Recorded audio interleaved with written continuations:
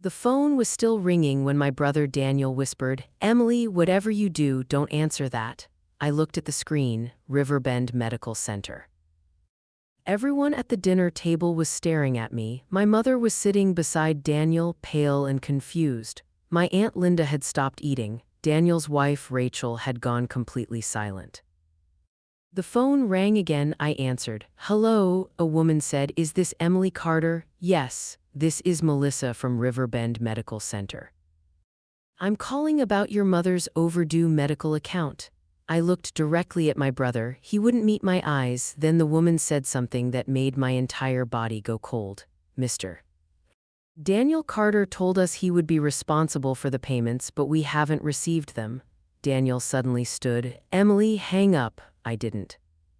Because that was the moment I realized my brother hadn't just failed to pay my mother's medical bills. He had spent months telling everyone I was the selfish daughter who refused to help. And now the hospital was about to prove exactly who had been lying. Pause for effect, but let me back up, because that phone call didn't happen by accident. It was the final piece of a lie Daniel had been building for months. My name is Emily Carter. I was 39 years old when all of this happened. I lived in a small suburban neighborhood about 40 minutes from my mother's house with my husband, Mark, and our 12-year-old daughter, Sophie. My mother, Patricia, was 71. My older brother, Daniel, was 44, and if you had met our family when we were children, you probably would have noticed something almost immediately. Daniel was the favorite. Nobody would have admitted it. My mother certainly wouldn't have. If I ever brought it up, she'd say, "Emily, don't be ridiculous. I love you both equally." And I'm sure she believed that. But love and favoritism aren't always opposites. Sometimes a parent can genuinely love both children while constantly trusting, praising, protecting, and excusing one of them more than the other. Daniel was always the responsible one. He was the son who helped Dad with the garage, the son who could fix a broken appliance, the son who understood money. The son who was supposedly going somewhere. I was the daughter who worried too much, the daughter who asked too many questions. The daughter who remembered birthdays, doctor's appointments, insurance paperwork, and family obligations. And somehow being the responsible daughter made people assume I could handle anything. Daniel got praise for helping, I got expectations. That difference became much clearer after our father died. Dad had been 68 when he died from a sudden heart attack. One minute, he was complaining about the neighbor's lawn. 2 days later, we were standing in a funeral home choosing flowers. After Dad died, Mom changed. She didn't become helpless. But she became uncertain. She stopped driving after dark. She became nervous about appointments. She started asking us the same questions repeatedly, and she had trouble keeping track of bills. That's when Daniel stepped forward. "I'll handle Mom's finances," he told us. I remember standing in Mom's kitchen when he said it. Aunt Linda was there. My mother was sitting at the table. Daniel leaned against the counter with his arms crossed. "Mom doesn't need both of you constantly hovering over her," he said. I frowned. "I'm not hovering. You call her every day. She's 70. Exactly, she's fine." Mom smiled. "He's right, Emily." I looked at her. "I'm just checking on you." "I know." Daniel smiled. "See. Everything's fine," and that became the pattern. Whenever I asked a question, Daniel answered for Mom. Whenever I offered help, he said he had it covered.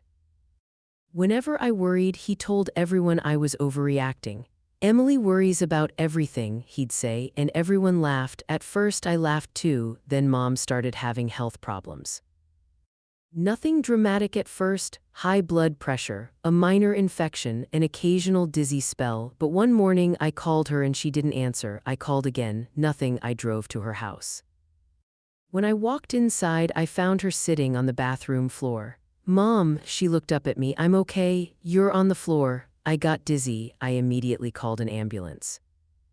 Daniel arrived at the hospital 20 minutes later. He walked into the emergency room wearing a navy suit and carrying his briefcase. He looked at me.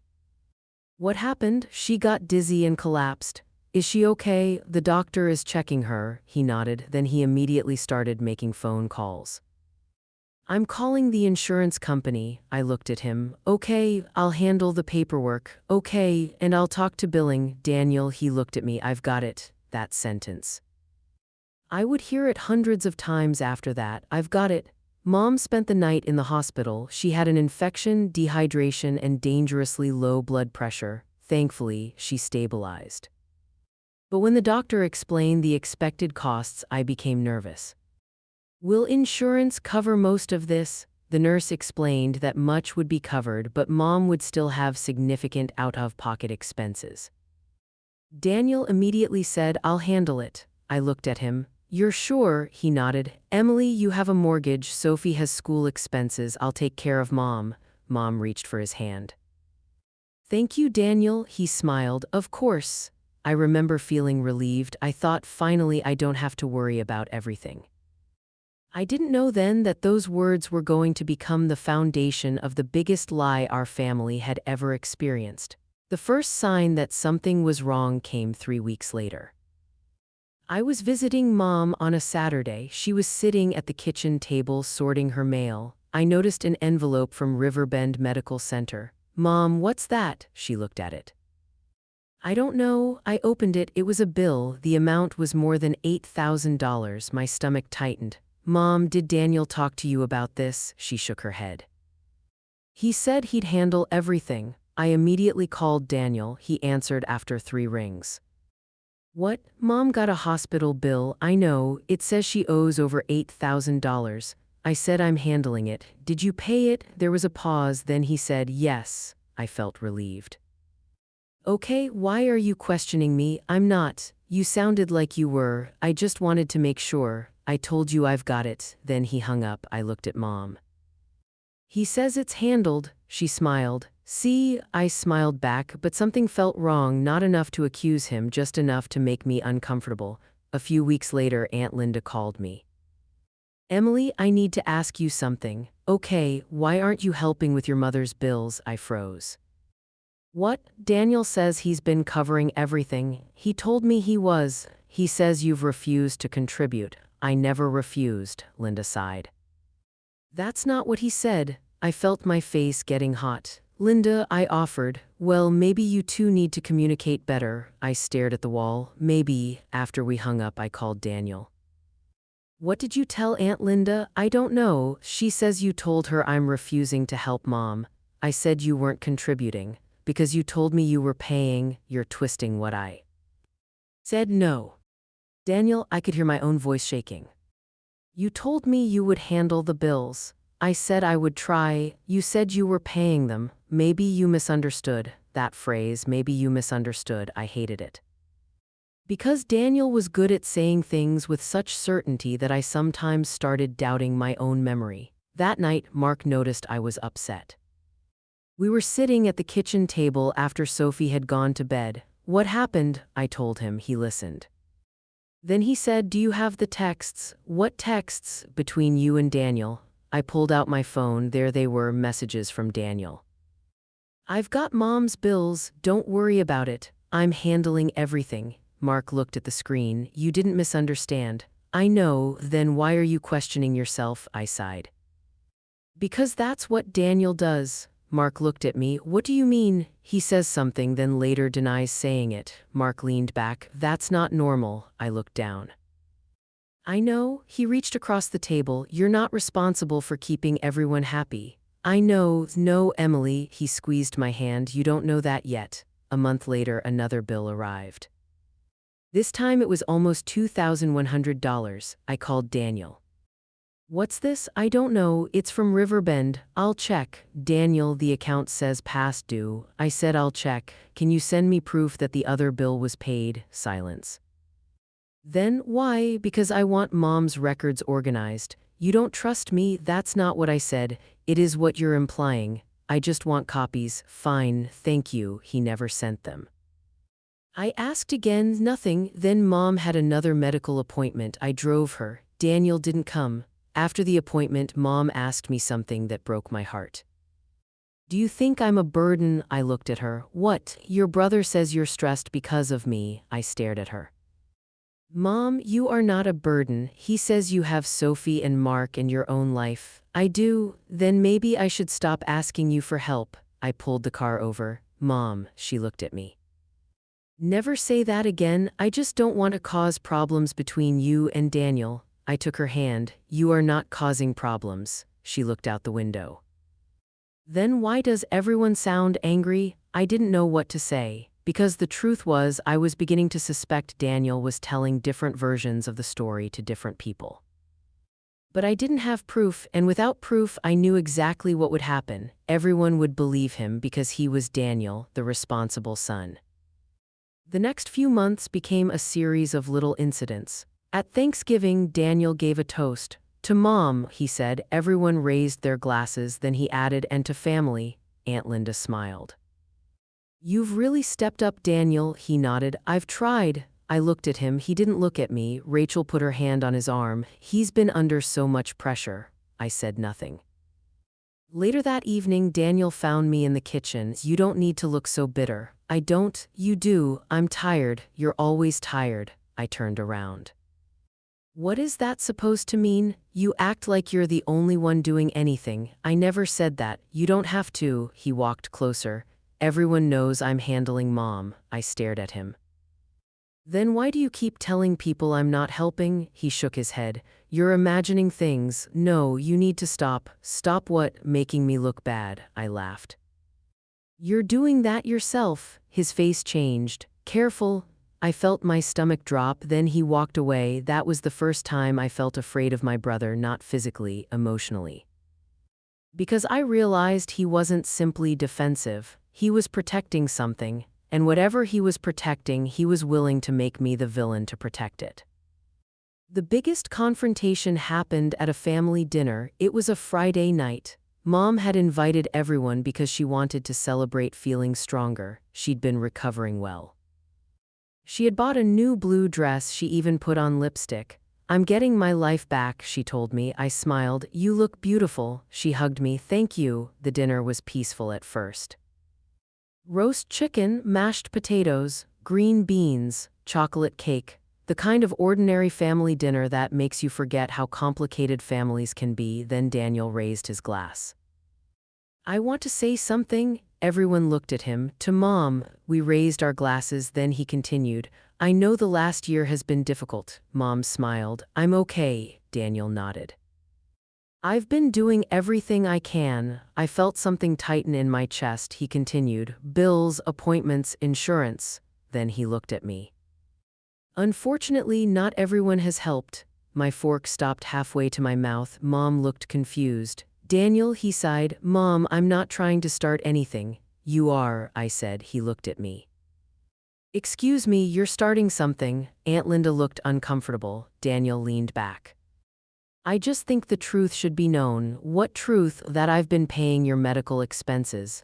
I stared at him. You told me you were. Yes, so what's the problem? The problem is that I've been carrying this responsibility alone. I looked around the table. I offered to help. He laughed. When? Several times. You never paid. Because you told me you were paying. He slammed his hand on the table. I never said that. Mom flinched. I pulled out my phone. Yes, you did. Emily, I have the messages. Don't. I opened them. You wrote, I've got Mom's bills. Silence. Then I read the next. Don't worry about it. Daniel's face was red. Those texts don't prove anything. They prove exactly what I said. You're obsessed with making me look bad. No, I looked directly at him. I'm tired of being blamed for something you told me you were handling. Rachel spoke. Maybe everyone should calm down. I looked at her.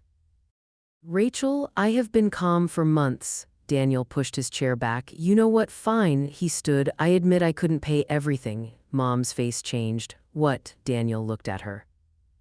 I was going to. You said you did. I meant to. Mom stared at him. Daniel, he sat down again. I was trying to figure things out. I felt tears burning my eyes. You let everyone think I abandoned Mom. I never said that. Aunt Linda heard it from you. Linda looked down. Daniel shook his head. I was angry. You were lying. I was embarrassed. The room went silent. That was the first time he admitted it. He looked exhausted. I didn't want Dad's family thinking I couldn't handle things. Mom whispered, so you blamed Emily? Daniel didn't answer. Mom asked again. Did you? Finally, he said, yes. The word landed like a stone. Mom covered her mouth. I couldn't believe it. After everything, after months of being called selfish, after defending myself. After worrying that Mom believed I didn't care, he admitted it. Then my phone rang. I looked down. Riverbend Medical Center. Daniel saw it. His face went pale. Don't answer. I looked at him. Why? It's probably a mistake. The phone kept ringing. Mom said answer it, so I did. Hello, this is Melissa from Riverbend Medical Center. Yes, I'm calling regarding Patricia Carter's account. I looked at Daniel. Melissa continued. The current outstanding balance is $8,746.32. My mouth went dry. I'm sorry. What? We've attempted to contact the responsible party several times. I'm sorry. Who is listed? Daniel Carter. Daniel stood. Emily, hang up. I put the call on speaker. Melissa continued. Mr. Carter contacted our office several times regarding payment arrangements. I asked, did he make a payment? No. Daniel's face was white. I asked, did he ever provide proof of payment? No. Mom started crying. Daniel whispered, I was going to pay. Melissa continued, we just need to establish a realistic payment arrangement before the account progresses further. I nodded. Okay, then Daniel said loudly, I told you I'd handle it. Melissa paused. Mr. Carter, you've told us that several times. Silence. Nobody moved. I looked at my brother. For months his words had controlled the family. Now the hospital had repeated them back to him. You've told us that several times. Daniel sat down. Mom was crying. Aunt Linda looked horrified. Rachel looked at her husband as if she had never seen him before. I asked Melissa what we needed to do. She explained the options. I wrote everything down. Then I said, thank you. We'll take care of the next steps. We ended the call. The room remained silent. Finally, Mom spoke. Daniel, he looked up. Why? He couldn't answer. Why did you let me think Emily wasn't helping? He wiped his face. I was scared. Of what? That everyone would think I couldn't handle it. Mom shook her head. You were more afraid of looking weak than you were afraid of hurting your sister. Daniel looked at me. I'm sorry. I felt tears running down my face. I don't need an apology right now. What do you need? The truth, he nodded. I couldn't afford the bills. I stared at him. How much did you pay? Some. How much? He hesitated. About $2,000, so you let an $8,746 balance sit unpaid while telling everyone you handled it. Yes, and you blamed me. Yes, why didn't you ask me? I was ashamed. I shook my head. You should have trusted me. He looked away. I know. I could have exploded. I could have screamed. I could have listed every cruel thing he'd said, but I didn't. Because suddenly I understood something. I didn't need revenge. The truth was already doing the work. Everyone had heard it. The hospital had confirmed it. And for the first time, Daniel had no story left to hide behind. The next morning, I went to Mom's house. She was sitting at the kitchen table. The hospital paperwork was spread out in front of her. I don't know what to do, she said. I sat beside her. We'll make a plan. Will you be angry with Daniel forever? I looked at her. I don't know, she nodded. I don't want you to fight because of me. Mom, this isn't because of you. She looked down. It feels like it is. No, I reached for her hand. This happened because Daniel made choices. She squeezed my fingers. What are you going to do? I took a breath. I'm going to stop letting him control the story. That was my decision. I wasn't going to destroy Daniel. I wasn't going to expose private information. I wasn't going to punish him. I was going to do something much simpler. I was going to make everything transparent. Every bill, every payment, every insurance statement, every responsibility, no more one person controlling all the information. I created a shared folder for Mom's medical documents.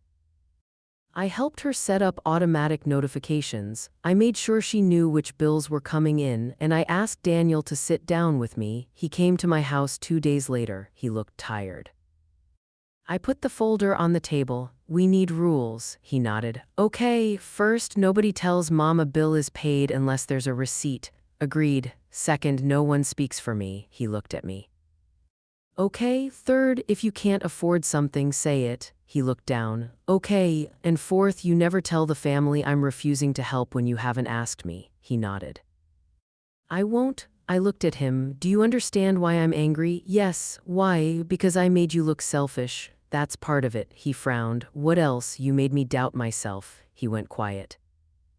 I know. You kept telling me I misunderstood. I know. I started wondering if I was imagining things. I didn't realize. Yes, you did. He lowered his head. Maybe I did. I took a breath. I don't hate you. He looked up. But I don't trust you. He nodded slowly. I understand. That was our turning point. Not forgiveness, not reconciliation. Trust would have to be earned. And for once, I wasn't going to do all the emotional work for everyone. The medical bills were eventually placed on a manageable payment plan. Mom's insurance covered more than we originally expected. Daniel sold a vehicle he rarely used and contributed a significant amount toward the outstanding balance. I contributed too, not because I had been guilty, not because I needed to prove myself. But because Mom needed help, there was a difference. Daniel also apologized to Aunt Linda. He told her the truth. I blamed Emily because I was embarrassed. Aunt Linda looked at him. You owe her a better apology than that. He nodded. I know. He apologized to Mom, then eventually he apologized to me again, this time without excuses. I was wrong, he said. I believed him. But believing someone's apology doesn't mean forgetting what happened. 6 months later, Mom was doing much better. She had started walking every morning. She joined a small book club. She even started complaining about her neighbors again, which honestly was how I knew she was really recovering. One Sunday afternoon, the whole family gathered at her house. Daniel brought dessert. He walked into the kitchen. I got chocolate cake. Mom smiled. Emily's favorite. Daniel looked at me. I remembered. I laughed. Thank you. He put the cake down, then Mom looked around the table. I have something to say. Everyone got quiet. She looked at me. I should have listened to you sooner. I smiled. You don't have to apologize. Yes, I do. She took my hand. I trusted the person who spoke the loudest instead of the person who kept showing up. My eyes filled with tears. Then she looked at Daniel. And you need to remember something. He nodded. What? You don't have to be the strong one all the time. Daniel looked down. I know. Mom smiled. Good. For a moment, nobody spoke. Then Sophie walked into the room. Is the cake ready? Everyone laughed, and just like that, the tension broke. I sometimes think about that phone call. If I had ignored it, would the truth have stayed hidden? Maybe for a little longer, but eventually reality catches up with people. Bills don't care who told the better story. Hospitals don't care who's the favorite child. Receipts don't care about family politics, and truth doesn't need permission to exist. What happened with Daniel taught me something I wish I'd learned much earlier. You can love your family and still set boundaries. You can forgive someone without pretending what they did was okay, and you can help someone without accepting responsibility for the lies they told. For years, I thought being a good daughter meant keeping everyone comfortable. I don't believe that anymore. Sometimes being a good daughter means asking uncomfortable questions. Sometimes being a good sister means refusing to carry someone else's lie. And sometimes protecting your family means saying, "Show me the receipt." If you've ever been blamed for something you didn't do, especially by someone your family automatically believed, I want you to remember one thing. You don't have to destroy anyone to prove the truth. Sometimes you just have to stop covering for them, because eventually the facts speak louder than the family story. And in my case, the truth didn't arrive with an argument. It arrived with a phone call during dinner from a hospital. If you've ever dealt with a family like this, let me know in the comments. Tell me whether you would have answered that phone call or ignored it. And don't forget to subscribe to Family Secrets Revenge for more family betrayal, secrets, and justice stories every week. Because sometimes the person everyone blames isn't the person who deserves the blame. Sometimes they're simply the person who finally decides to stop staying quiet.